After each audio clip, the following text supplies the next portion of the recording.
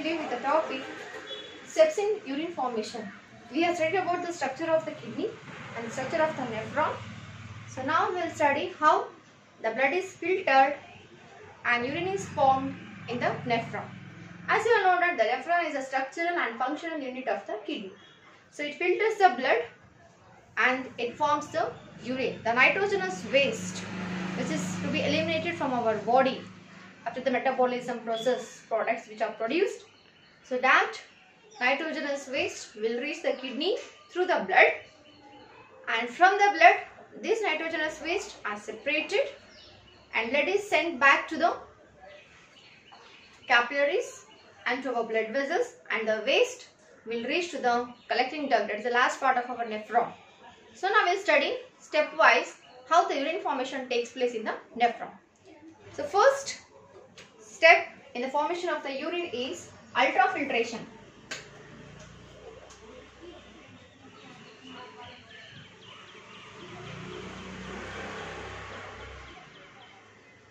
Generally, you know the term, what is meant by filtration? Ultrafiltration means the filtration for the greater extent. It is very fine, a minute particle also will be filtered, and here the blood pressure is very responsible in filtering. Now, where this ultrafiltration takes place in the nephron? The ultrafiltration takes place in the first part of the nephron, that is the Bowman's capsule. There is a Bowman's capsule. You all studied about the structure of the Bowman's capsule.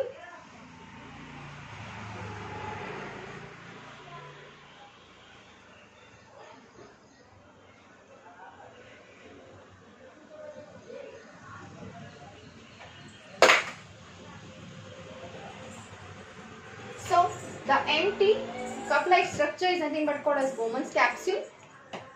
This Bowman's capsule is filled with a tuft of capillaries.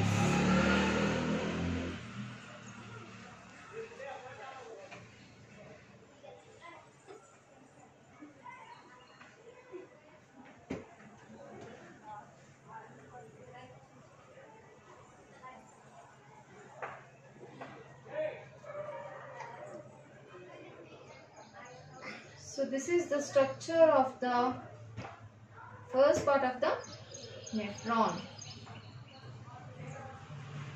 and here you can see the layer. There is an inner layer of the Bowman's capsule.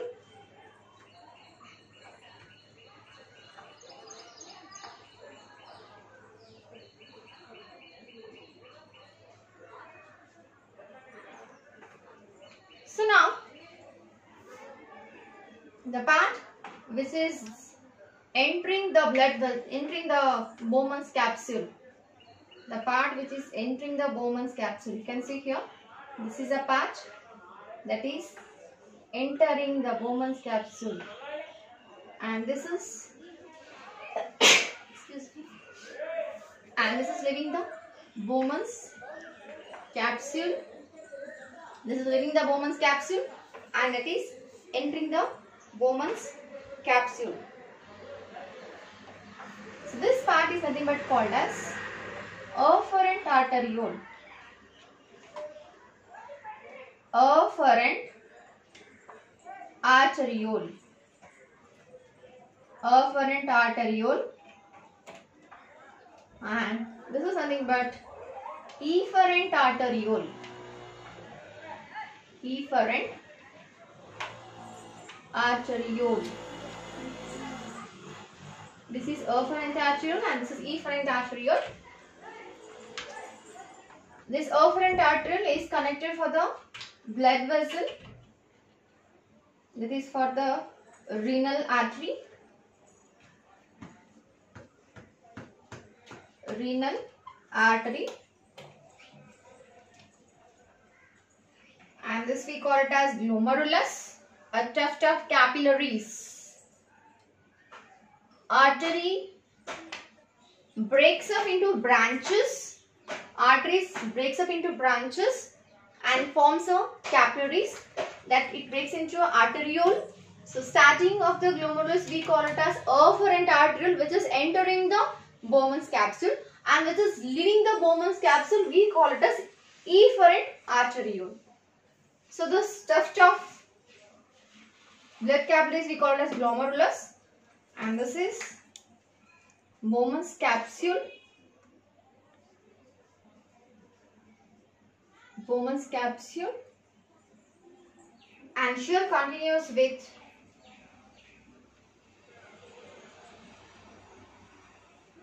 next is PCT, that is proximal convoluted tubule. Now we are studying about ultrafiltration, which takes place in the Bowman's capsule. So we will study about this process only. So now the Bowman's capsule with glomerulus is called Malifigian capsule. Malifigian capsule. The Bowman capsule is having two membrane, it is double membrane layer. There is the outer layer and the inner layer. So it is made up of squamous epithelial tissue. Its outer is the parietal layer and inner is the visceral layer.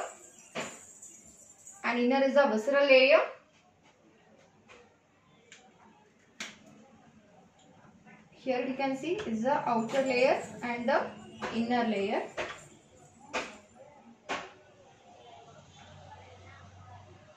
This we can consider as outer and this we can consider it as inner. Outer, inner. Outer parietal layer and inner visceral layer. And in the inner visceral layer, you can see the arrangement of the cells called podocytes, leaving the space here and there for the ultrafiltration purpose. Leaving the space here and there for the ultrafiltration purpose. You can see here space. Can you observe? Yes. So this space is nothing meant for the ultrafiltration process. So the space we call it as slit pores. The space which you can see is nothing but called as slit pores. And cells we call as podocytes. Cells are nothing but called podocytes. So now, renal artery. We will study about the process, how ultrafiltration takes place. Renal artery is the blood vessel that carries the oxygenated blood. Along with that, it carries a nitrogenous waste from the liver. So this blood will flow into the renal artery, then through the efferent arteriole it enters the glomerulus. Now the afferent arteriole, you can observe in the structure the width and the diameter of the afferent arteriole is wide, whereas in the efferent arteriole you can see the diameter and the width is very narrow. So this difference in the width and the diameter of the afferent arteriole and the efferent arteriole will make an filtration process very easier. How?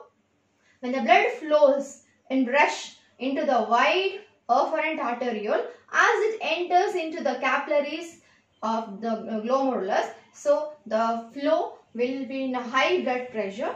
So automatically what happens? A hydrostatic pressure will be created here. So this hydrostatic pressure, the pressure created by the blood in the glomerulus is nothing but called as hydrostatic pressure. Hydrostatic pressure. So now this hydrostatic pressure will make the blood very to flow in a higher speed, so that when blood rushes into the capillaries where there is having a wide space, now as soon as they go the diameter or the narrowness of the efferent artery or the capillaries will go on continue. So blood immediately when it rush, it will be filtered. This hydrostatic pressure will help for the ultrafiltration process. So here, as you all know, the part of the blood is nothing but two parts we have. One is a plasma. Already we have studied in the components of the blood. So blood is made up of plasma. and the corpuscles, that is corpuscles elements or the cells of the blood, that is RBC, WBC and some platelets. So all three constitutes the corpuscles, and the plasma is a watery part, it is a transparent part. So watery part. So here what happens, as the blood flows into the glomerulus, the watery part, that is the plasma, will be filtered from the blood. That means the blood continues its journey. Blood enters here and the blood continues, but in the blood the plasma content is there. So that plasma is filtered here. So from the plasma only, as you all know, the component of the plasma, it's having the proteins, and it's having inorganic salts, and it's having the water content, and it's having the hormones, and it's having the some of the excretory products and even the useful products. These all are the components of the plasma. The whole component of the plasma will enter the Bowman's capsule. The whole component of the plasma will enter the Bowman's capsule, but exception is that in the plasma, the proteins what they are present, they will be not filtered because they are in a complex structure and they are not small inside. So those complex structure of proteins along with RBC, WBC, platelets, along with these are the blood corpuscles, correct? So these are the blood cells. So along with the blood cells, proteins also will pass their journey. They continue their journey. They will be not filtered. The proteins are not filtered. The RBCs are not filtered. WBCs are not filtered. Platelets are not filtered. So from the blood, what will be filtered? The plasma will be filtered. And in the plasma, proteins will not get filtered. Protein will continue its journey along with the cells of the blood. So now, this is nothing but called as ultrafiltration. So the pressure what created is the hydrostatic pressure. Why this pressure is created? What makes to create this pressure? Because of the difference in the afferent arteriole and the efferent arterioles width. And next, so in the filtrate, what the content is filtered here, it is a plasma. So the plasma, when it enters the Bowman's capsule, we call it as glomerular filtrate. The content that is filtered, the plasma content that is filtered into the Bowman's capsule, we call it as glomerular filtrate. Glomerular filtrate. Because from the glomerulus, it will be filtered into the Bowman's capsule. And the amount of glomerular filtrate present in the Bowman's capsule, that is filtered, that is nothing but called as glomerular filtrate rate. What we call it as glomerular filtrate rate. So around, in the first step of the urine formation, we studied about the ultrafiltration. Now we will go for the second step, that is the reabsorption. So in the first part of the nephron, that is the Bowman's capsule, ultrafiltration takes place, and the second part of the nephron, that is now, as you all know that the nephron is classified into two major parts. One is the Bowman's capsule and other one is the renal tubule. So in the renal tubule, this is a structure, this complete part we call it as. So this is one part of the nephron and this is the second part of the nephron. For whole this part we call it as renal tubule. Now we will discuss what happens in the reabsorption. Fine. So in the reabsorption starts with the structure that is PCT, that is proximal convoluted tubule. Proximal convoluted tubule. We call it as PCT. PCT. So in the proximal convoluted tubule, so that is in this part. You can see here, this is a PCT. So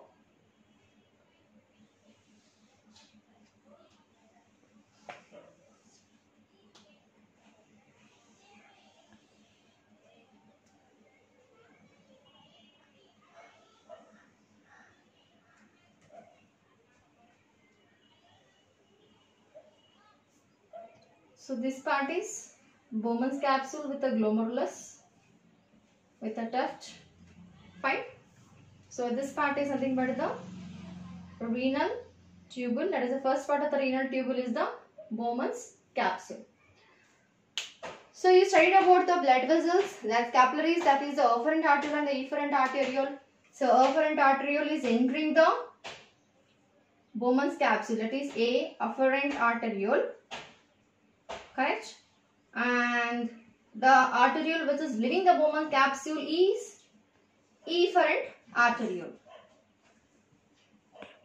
Efferent arteriole. What does the efferent arteriole carries? The efferent arteriole carries the blood component, that is only corpuscles, blood corpuscles. It contains RBC, WBC, platelet, and also it contains the protein. Only the plasma content, the whole plasma content is filtered. But except protein, whatever is there in the plasma, everything is entered the Bowman's capsule and now we call it as glomerular filtrate. So the remaining part, the protein of the plasma and the blood corpuscles of the blood will continue its journey. They are not filtered. So now what happened to these capillaries? These capillaries will run along with the renal tubule. So these capillaries will run parallel to the renal tubule. Hope you can see in the structure. So here,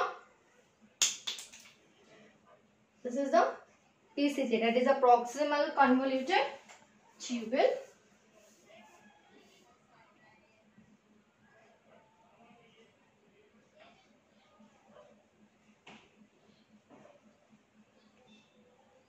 So it will be continuing its journey. What you can see in the blue color is nothing but the capillaries, correct? This is capillaries. And what you can see here is the PCT, proximal convoluted tubule. I am mentioning this pen so we will be not confused. Blue color is the capillaries, that is the continuation part of the efferent arteriole, blood vessel. So in that what content will be there? Once again, blood components, that is RBC, WBC and platelets. Along with that what will be there? Proteins will be continuing their journey. Now in the PCT what will be there? So now here from the Bowman's capsule, the glomerular filtrate, I will call it as GF. The glomerular filtrate, what is the glomerular filtrate here? The plasma. Apart from, except protein. Plasma except protein. What does the plasma contain? It contains the water, salts, and also contains the nitrogenous waste, and it contains the hormones, and also it contains the glucose. So plasma, all essential. Here essential and non-essential component both are filtered in the glomerulus filtrate. Not only the nitrogenous waste which is to be eliminated from our body is removed. So in a Bowman's capsule, the plasma contained, that is the essential nutrients, glucose, amino acids, and the non-essential components like urea, uric acid, ammonia, everything is filtered. Essential, non-essential, useful, non-useful, everything is filtered in the Bowman's capsule, and we call it as a glomerular filtrate. So this glomerular filtrate now enters into the PCT. In the PCT, what happens? From the PCT into the capillaries, the useful components. Which are the useful components for our body? That is the glucose and some salts.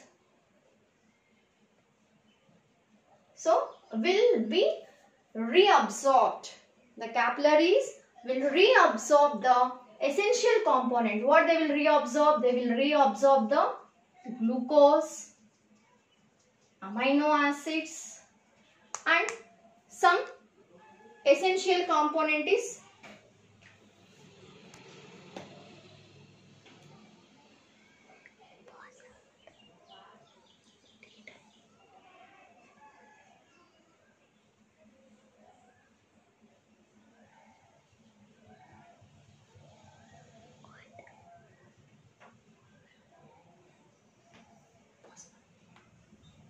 glucose, amino acids, and apart from that water and some salts useful.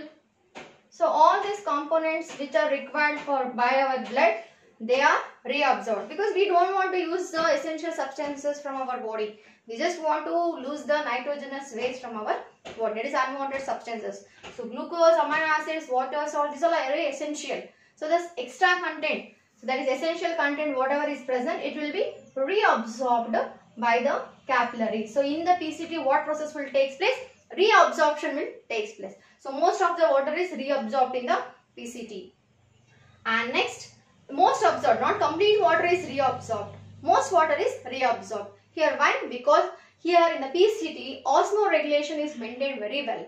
So it's responsible for the osmoregulation. So what is meant by osmoregulation? Maintaining the solute and the solvent concentration in the cell is nothing but called as osmoregulation. In order to maintain the osmotic pressure in and around the cell.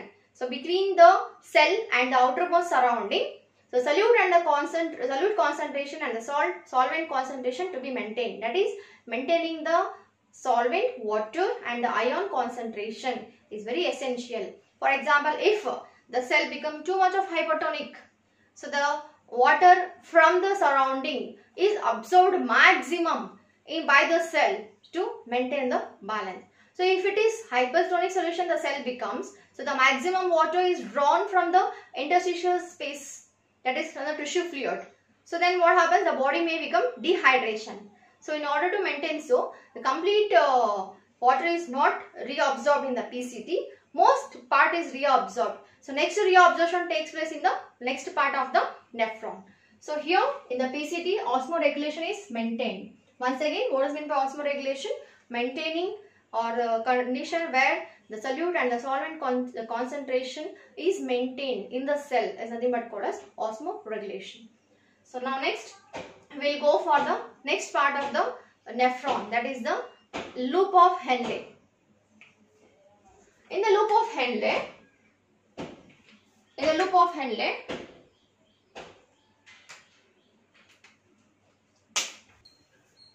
so this is a continuation part of the PCT. So we studied here, this part is nothing but the PCT till here. So this is nothing but the PCT we studied already, where the maximum reabsorption takes place in the PCT itself.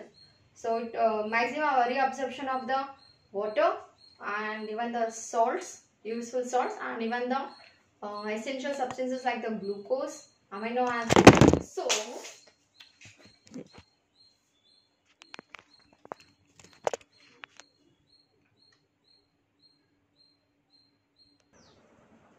the continuation part of the PCT, that is the proximal convoluted tubule, is the loop of Henle. Can you see the U-shaped structure? That is nothing but the loop of Henle. So this loop of Henle is having a two part, that is the descending limb and the ascending limb. So the part which is coming down, that is downwards, that moving downwards is nothing but called as descending limb. It is from up to down. So this part, this complete part, like till here we can say, this is nothing but called as loop of Henle, or we call it as Henle's loop. So this is descending limb. Descending limb.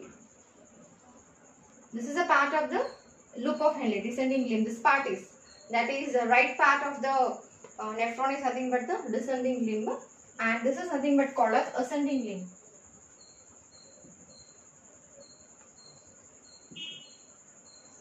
Ascending limb. And next, this part is nothing but called as, what you can see the structure, that is completely, this part is nothing but, okay, so this part is nothing but called as DCT. What it is?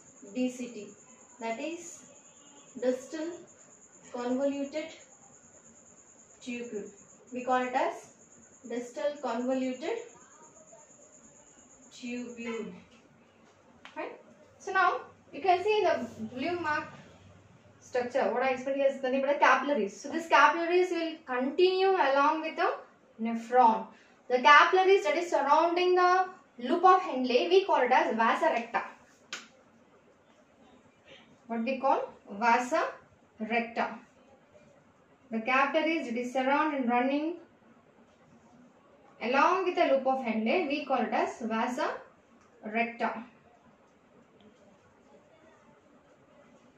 So here the reabsorption takes place in the loop of Henle for the minimum quantity. Between the loop of Henle and the vasa recta, the reabsorption takes place. That is, the water here is reabsorbed by the capillaries. In the descending limb, what happens? The water is reabsorbed. You can see it is entering the vasa recta. So the water is reabsorbed here. So this descending limb, it is permeable to the water but impermeable to the salts. So descending limb is permeable to water but it is impermeable for the salts, for the solutes, impermeable for solutes like sodium, chlorine, potassium, etc. So the descending limb is permeable to the water and impermeable for the solutes, that is for the salts like sodium and chlorine. So here the osmoregulation is maintained. The blood cells osmoregulation is maintained here by maintaining the concentration of the solvent and the solute in the blood cells. So next, in the ascending limb, we will go for the ascending limb here. So here also reabsorption takes place, but it is vice versa. So here the ascending limb is, this is the vasa recta, that is the capillary part. So from the loop of Henle,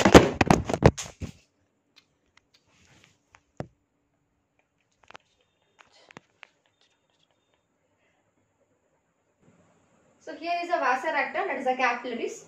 So here the reabsorption, that is a reabsorption takes place here between the vasa recta and the ascending limb. So in the descending limb, it is permeable to water, whereas it is impermeable to the solute. But in ascending limb, it is reverse. It is, so I mention here, permeable to solutes, that is sodium, chlorine, potassium, etc. but is impermeable to water. So what I can see here is that, so from the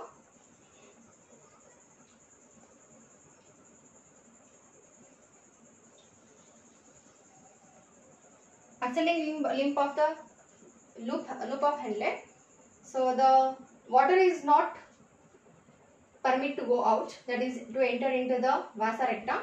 So that is only the sodium, chlorine, potassium solutes are allowed to reabsorb again into the capillaries. So next we will go to the continuation part, that is the DCT. So even in the DCT also, what is DCT? DCT is nothing but the convoluted tubule. DCT is nothing but the convoluted tubule. So in the DCT, that is distal convoluted tubule, that is the reabsorption takes place. So what reabsorption can take place here? So the water, like if it is still more left in the DCT, if any extra water still more is left in the DCT, it is required by our blood cells. So we don't want to lose much water. So in that case, in the DCT, if any water content is present, that water is reabsorbed. That water content is reabsorbed. Along with the reabsorption, so here even the tubular secretion also takes place. That means the water will go back into the capillaries. If any extra water is there, means it goes to the capillaries, it is reabsorbed by the capillaries, that is from the DCT. Okay, so who is responsible for this functioning here? Here the hormone plays a role for the reabsorption of the water. The hormone is nothing but called as vasopressin. I don't know where to mention. Here I'll mention. There is a hormone called as vasopressin. This hormone is also known as ADH hormone, that is antidiuretic hormone. The hormone name is vasopressin, which is also called as antidiuretic hormone. So this hormone is responsible for the reabsorption of the water from the DCT back into the capillaries to prevent the loss of excess water from our body and prevent the dehydration. So this hormone is insisted to produce by the, it is produced by the gland which is present in your brain, that is the posterior pituitary gland. The pituitary gland is the gland present in the brain. It's having the two lobes, that is the anterior part and the posterior part. So this vasopressin hormone is released by the posterior pituitary gland. So this gland will initiate or will insist for the hormones, or it is released. It releases the hormone, it is a vasopressin, to reabsorb the water from the DCT. Suppose if this hormone is produced insufficient, less hormone is produced, so reabsorption will not take place. Water reabsorption will not take place. So production of less vasopressin hormone from the pituitary gland causes diuresis. What we call the problem as diuresis. When the diuresis is caused? When there is a less production of the vasopressin hormone, because the role of the vasopressin is to reabsorb the water from the DCT. So if less vasopressin is released, then who will absorb the maximum water? So water will be not reabsorbed. If water is not reabsorbed, it will be mixed with the urine, and through the urine we will urinate, or we will lose the maximum amount of the water. For the dissolving or for the solubility of the urea, how much water is required, that much is sufficient to urinate or to put out the urea. So apart from that, more water we are urinating, that is more urine is passed. That is due to the frequent urination, is nothing but called as diuresis. So this is due to the lack of vasopressin hormone. If that is lack, so reabsorption of the water work is not done. So here one thing, that is a reabsorption of the water takes place in the DCT. Second thing, what happens, even it also happens here, tubular secretion. So in the DCT we can see the tubular secretion, that is from the capillaries. If any extra salts present, or if any of the antibodies or any of the drugs present, that will enter from the capillaries into the DCT. That is antibodies. If any medicines or the drugs, sorry, not antibodies, antibiotics, you can antibiotics, drugs, medicines. Apart from that, any if extra salts are there, so these all are, again it is entered from the capillaries back into the DCT. So here this is nothing but called as tubular secretion. So through, that means from the capillaries into the DCT, this all content will enter. So here, see here, once again, in the Bowman's capsule, the plasma is passed, and only the plasma is passed except the protein. So remaining blood component, that is the RBC cell, WBC cell, platelets, protein, that and all will continue their journey. So in the plasma, useful things and non-useful things both are present. That will reach to the, not we call it as glomerular filtrate, it will reach to the PCT. In the PCT, useful components are reabsorbed by the capillaries. Now what is left over here?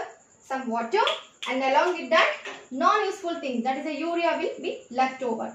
So it will continue its journey. The urea will continue its journey along with some water, so that it has to be soluble. Otherwise, it will become a crystal and it will be very difficult to put it out. So this will reach the urea, nitrogenous waste, urea, uric acid, ammonia, so nitrogenous waste will reach here. So now along with this antibiotics, drugs, salts and some water and urea, it will enter into the last part of the nephron, that is the collecting duct we call. So what is this last structure you can see here is the collecting duct. So now what is present in the collecting duct? Urea and other components are present. Now in the collecting duct we call it as finally as urine. The fluid flows from the DCT into the collecting duct, that is nothing but called as urine. So urine is made up of the urea and some content of the ammonia and the extra salts and the water and the medicines that we take. So all these components are together forms a urine. So now from the collecting duct, the urine is connected into the pelvis part of the kidney. So this will reach to the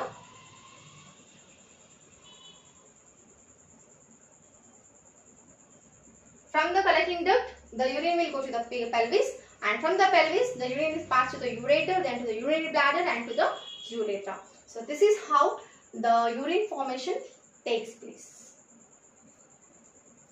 And what happens to the component which is reabsorbed and only here is that it will enter, it will continue its journey. So it will continue its journey and it passes through the renal vein. So it will be having some useful components. What is present in the blue capillaries, what you can see here, blue color tube, that is nothing but the capillaries, where it has reabsorbed the useful components, and here it has taken the water content, and here it has taken the salt which is required again for us to maintain the osmoregulation, and again here some water is reabsorbed, and along with that the kidney cells, when the blood is entering, it is carrying the oxygenated blood, fine. So oxygen rich blood. So kidney cells has used the oxygen, they have undergone the cellular respiration and they have produced the carbon dioxide and the water. So that carbon dioxide now will enter, will continue here, and the carbon dioxide rich blood is carried from the renal vein into the posterior vena cava of the heart to purify. So this is nothing but how the formation of the urine takes place in the nephron. Thank you.